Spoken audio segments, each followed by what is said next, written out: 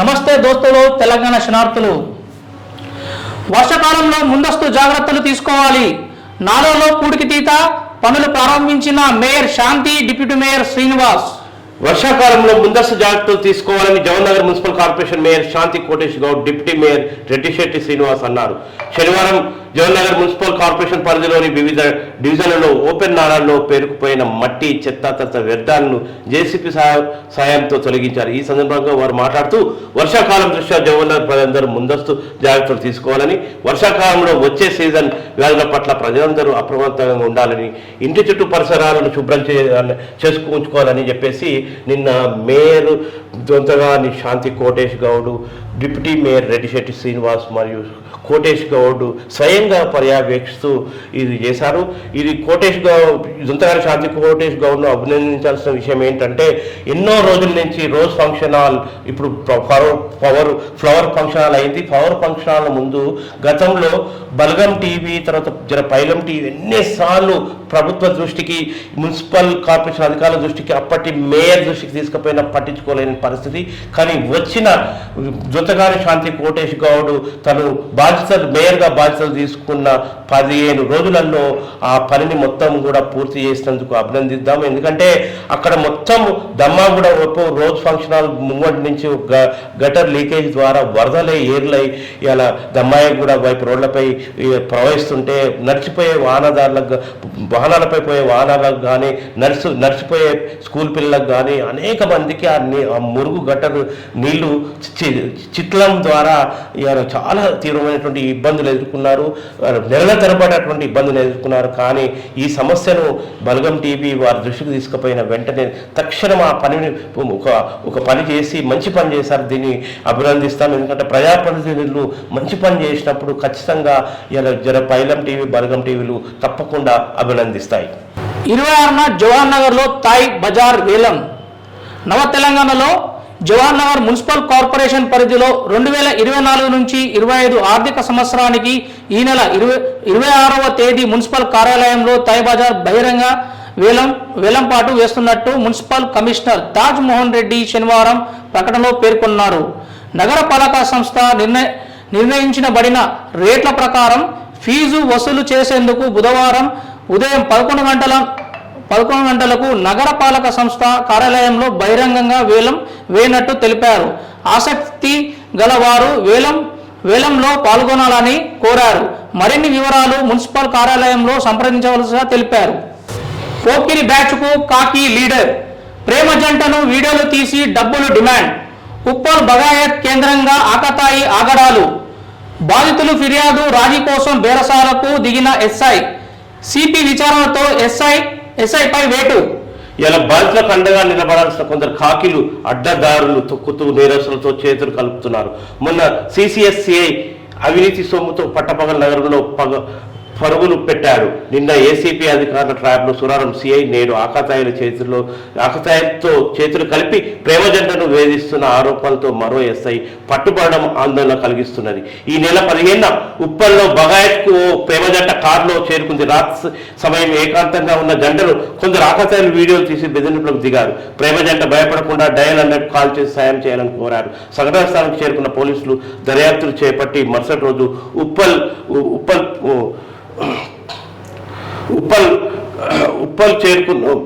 మరుసటి రోజు పోలీసు దర్యాప్తు చేపట్టారు. మరుసటి రోజు ఉప్పల్ కళ్యాణ్పురి కాలనీకి చెందిన బాధితుడు తమ వీడియో తీశారని చర్యలు తీసుకోవాలని పోలీసులను ఆశ్రయించాడు. సీసీ కెమెరాలను పరిశీలించి దర్యాప్తు చేపట్టిన పోలీసులు నిందితుడు ఉపయోగించిన బైక్ నెంబర్తో నేరస్తుల వివరాలను గుర్తించారు. అసలు కథ ఇక్కడే మొదలైంది. ప్రేమ జంటను బెదిరించిన ఆకతాయిలు మేడిపల్లి ఫిర్యాదిగూడ ప్రాంతానికి చెందిన యువకులుగా తెలిసింది. అంతేకాకుండా ఫిర్యాదిగూడ నగరపాలక సంస్థకు చెందిన కార్పొరేటర్ సోదరుడే ప్రధాన నిందితుడు. 5 నిందితులు శేషవలి, ఉదయ్ కుమార్, అమరేందర్, మార్తి గౌడ్, సాయి చరణ్లపై పోలీసులు కేసు నమోదు చేశారు. ఇక చూడండి, రాత్రిపూట పోకిరీల బెడ్ద ఎక్కువైపోయింది, నగర వ్యాప్తంగా ఎక్కువైపోయింది. రాత్రిపూట ఇలా పోలీసులు విధుల్లో ఉంటారు కదా, ఇలా పోకిరీలు కూడా ఇలా విధుల్లో ఉన్నారు. ఆ పోకిరీలు ఎవరయ్యా అంటే ఏదో ఒక ప్రజాప్రతినిధి అనుచరులుగా ఉంటారు. ఇక్కడ మనం డైరెక్ట్ చూడొచ్చు. అక్కడ మన ఫిర్యాదిగూడ ప్రాంతం ఒక యువకులుగా చెప్పారు కదా, ఆ ఫిర్యాదిగూడ నగరపాలక సంస్థకు చెందిన కార్పొరేటర్ సోదరుడు ప్రధాన నిందితుడట. అంటే చాలా చోట్లల్లా నగరం ఎక్కడ పోకిరీల బయట ఎందుకు ఎక్కువైతుంది, ఎందుకు మన దిల్సు నగర్లో ఒక పెద్ద మనిషి బాగా పోకిరీలు తాక్కుంటూ అల్లరి చేయొద్దు అని చిన్న మందలించినందుకు అతన్ని తీవ్రమైన దాడి చేసినటువంటి పరిస్థితి. ప్రతి పోకిరి బ్యాచ్ వెనుక ఒక ప్రజాప్రతినిధి ఖచ్చితంగా ఉంటాడు. హైదరాబాద్ నగరంలో చాలా బస్తీలలో ఆ పోకిరీలను పెంచి పోషించేది సదరు నాయకులే. కొందరు మంచోళ్ళు ఉండొచ్చు ప్రజాప్రతినిధులు, కానీ మెజార్టీగా మా పరిశోధనలో కూడా ప్రతి బ్యాచ్ వెనుక ఒక పోకిరి ఉంటాడు. వాడు ఏమంటాడంటే, అరే మన అన్న ఉన్నాడు, మన కార్పొరేట్ ఉన్నాడు, లేకపోతే మన లీడర్ ఉన్నాడు, పోలీస్ స్టేషన్లో మనది అవా నడుస్తుంది అని చెప్పేసి ఇవాళ ఫైరవీల కేంద్రంగా పోలీస్ స్టేషన్లు మారడం ద్వారా ఇవాళ పోలీస్ స్టేషన్లో ఇట్లాంటి అవినీతికి సంబంధించినటువంటి కేసులు ఏమన్నా ఉంటే ఇవాళ ఒక గిరాకీ తెచ్చే ఒక బ్రోకర్ లాగా పోకీలు వివరించి ఒక సత్సంబంధాలు ఏర్పడుతున్నాయి అక్కడ ఉన్నటువంటి అధికారులతో. ఆ ఏర్పాటుతో ఆ చనువు ఏదైతే ఏర్పడుతుందో అధికారులతో వాళ్ళ ద్వారా ఏవైతే సెటిల్మెంట్ సంబంధించినటువంటి డబ్బులు ముడిసాయో దానికి కృతజ్ఞతగా ఎస్ఐ మనోడే, పోలీస్ అధికారులు మనోడని రాత్రిపూట బహిరంగంగా తాగుతూ మమ్మల్ని ఎవరేం చేయలేరని మిగతా ప్రజల్ని భయభ్రాంతులకు గురి చేస్తున్నటువంటి పరిస్థితి మనం మీడియా పరిశీలనలో కూడా చూడడం జరిగింది. కాబట్టి పోలీసు అధికారులు స్పష్టంగా ఇప్పటికైనా సంస్కరణ తీసుకురావాల్సిన అవసరం ఉంది. ఆ బ్యాచ్ల వెనుక ఒక రాజకీయ నాయకులు ఉంటారు. ఆ రాజకీయ నాయకుల చేతుల్లోనే ఆ పోలీస్ స్టేషన్లు మొత్తం ఉండడం ద్వారా ఇటువంటి సమస్యలు ఉత్పన్నమవుతున్నాయి. కనుక వ్యవస్థీకృతమైనటువంటి ఇటువంటి తప్పులు జరిగేటటువంటి విషయాల పట్ల సంస్కరణ తీసుకోవాల్సిన అవసరం ఉంది. ఈ ఎస్ఐ అదే పని చేసిండు, ఆ పోకిలతో చేతులు కట్టిండు. అంటే గతంలో ఎన్ని సెటిల్మెంట్లు చేసిండు అనేది కూడా మనం చూసుకోవచ్చు. సిపి గారు మీరు ఇటువైపు దృష్టి పెట్టండి, ఎందుకంటే ప్రధానంగా రాజకీయ నాయకులు జరగొడితేనే వాడు చేరిపోతున్నారు పోకిరీలు. వాళ్ళ అండతో పోలీస్ స్టేషన్లో మా వాడి మీద కేసు కావద్దు, నా మనిషి మీద కేసు కావద్దు అనేది వాళ్ళకు ఒకటి ఉంటుంది, ఇగో ఉంటుంది. ఆ ఇగోతో పోలీస్ స్టేషన్లో వాళ్ళ మీద కేసులు కాకుండా చూసుకుంటే వాళ్ళు మరింత రెచ్చిపోతున్నారు. కాబట్టి ప్రతి పోకిరి గ్యాంగ్ వెనుక ఇవాళ ఏదో ఒక అండ ఉంటుంది. ఆ అండ అనే అటువంటి అండను ఖాతారు చేయకుండా పోలీస్ డిపార్ట్మెంట్ తమ విధులు నిర్వహిస్తే ప్రజల్లో పీపుల్స్ పోలీస్గా పేరు తెచ్చుకునేటటువంటి అవకాశం ఉంటుంది. మేడ్చల్ జిల్లా దమయగూడ మున్సిపాలిటీ కార్యాలయంలో ముఖ్యమంత్రి అనుముల రేవంత్ రెడ్డి చిత్రపటాన్ని ఏర్పాటు చేయాలని శనివారం రాజా మల్లయ్యకు కాంగ్రెస్ నాయకులు వినతి పత్రం అందజేసి కోరారు. ఈ మేరకు కమిషనర్ సానుకూలంగా స్పందించారు. త్వరలోనే ముఖ్యమంత్రి రేవంత్ రెడ్డి చిత్రపటాన్ని ఏర్పాటు చేస్తామని హామీ ఇచ్చారని తెలిపారు. ఈ కార్యక్రమంలో Dammaiguda Congress working president Somala Srinivas Reddy, youth Congress president Somesh, నాయకులు దాసరి నరసింహారెడ్డి పాల్గొన్నారు. రేవంత్ రెడ్డి గారు చూసినావా, మీ అభిమానులు, మీ కాంగ్రెస్ నాయకులు, దమ్మాయిగూడ చెందినటువంటి కాంగ్రెస్ నాయకులు మిమ్మల్ని చాలా ఉన్నతంగా గుండెల్లో పెట్టుకున్నారు. మీరు మీ యొక్క చిత్రపటాన్ని దమ్మాయిగూడ మున్సిపల్ కార్పొరేషన్ ఏర్పాటు చేయాలని అంటున్నారు. కానీ మీరు కూడా మీ కార్యకర్తల కాంగ్రెస్ నాయకుల గుండెల్లో ఎట్లాగైతున్నారో ప్రజల గుండెల్లో ఉంటే ఇంకా బాగుంటుంది. ప్రజల గుండెల్లో ఉంటే ఆ గుండెల్లో గూడు కట్టడం అనేది చాలా ఉన్నతంగా ఉంటుంది. అట్లా ప్రజానాయకుడిగా మీరు ముందుకు రావాల్సిందిగా మేము కోరుతున్నాం. చుట్టూ శునకాలు, అరచేతిలో ప్రాణాలు. సీసీ కెమెరాలో నమోదైన శునకాల దాడి దృశ్యం. ఇది మణికొండలో జరిగింది. ఈ దారుణం. సుమారు 10 శునకాలు ఓ మహిళపై దాడి చేశాయి. అటుగా ద్విచక్ర వాహనాలపై వచ్చిన మరో వ్యక్తి సాయం చేయడంతో బతికి బయటపడింది. బాధితురాలు వివరాల ప్రకారం మణికొండ చిత్రపురి కాలనీకి చెందిన రాజేశ్వరి శనివారం ఉదయం వాకింగ్కు బయలుదేరిగా వీధి కుక్కలు వెంటపడ్డాయి. ఆమె చేతిలోని సెల్ ఫోన్ను ఆహారంగా భావించి దాడి చేయడానికి ప్రయత్నించాయి. ఈ క్రమంలో రాజేశ్వరి పలుమార్లు కింద పడి లేచారు. ఎన్నిసార్లు వాటిని వెళ్ళగొట్టే ప్రయత్నించినా వదలకుండా ఆమెపై దాడి చేశాయట. చూడండి, ఈ చిత్రంలో కుక్కలు ఏ రకంగా దాడి చేశాయి. ప్రాణాలతో బయటపడతానని అనుకోలేదు. కుక్కలు ఇలా దాడి చేస్తాయని అనుకోలేదు. చేతిలో ఉన్న సెల్ ఫోన్ వాటిని కొరుకుతూ రక్షించుకోగలిగాను. దేవుని దయ వల్ల బతికి బయటపడ్డాను. చూడండి, కుక్కల బెడదను మొత్తం నివారించాల్సిన పరిస్థితి నగరంలో ఉన్నది. కుక్కల బెడద ఉందని తెలిస్తే వెంటనే వాటిని అరికట్టడానికి తక్షణ చర్య తీసుకుంటున్నాం. చిత్రపురి కాలంలో శనివారం జరిగిన కుక్కల దాడి విషయం తెలియగానే బ్లూ క్రాస్ సంస్థను అప్రమత్తం చేశాం. మణికొండ మున్సిపల్ పరిధిలోని ఎక్కడైనా కుక్కల బెడద ఉంటే తమ దృష్టి తీసుకురావాలని ప్రదీప్ కుమార్ మణికొండ మున్సిపల్ కమిషనర్ అంటున్నారు. ఒక్కసారిగా ఎగబడంతో కింద పడ్డ మహిళ ప్రాణభయంతో పడుతూ లేస్తూ పోరాటం. మణికొండ చిత్రపురి కాలంలో ఈ ఘటన జరిగింది. ఇప్పటికైనా అధికారులు స్పందించి తక్షణము ఇటువంటి నివారణ చర్యలు తీసుకోవాల్సిన అవసరం ఎంతైనా ఉంది. వసూలు చేసుకో, జోబులో వేసుకో.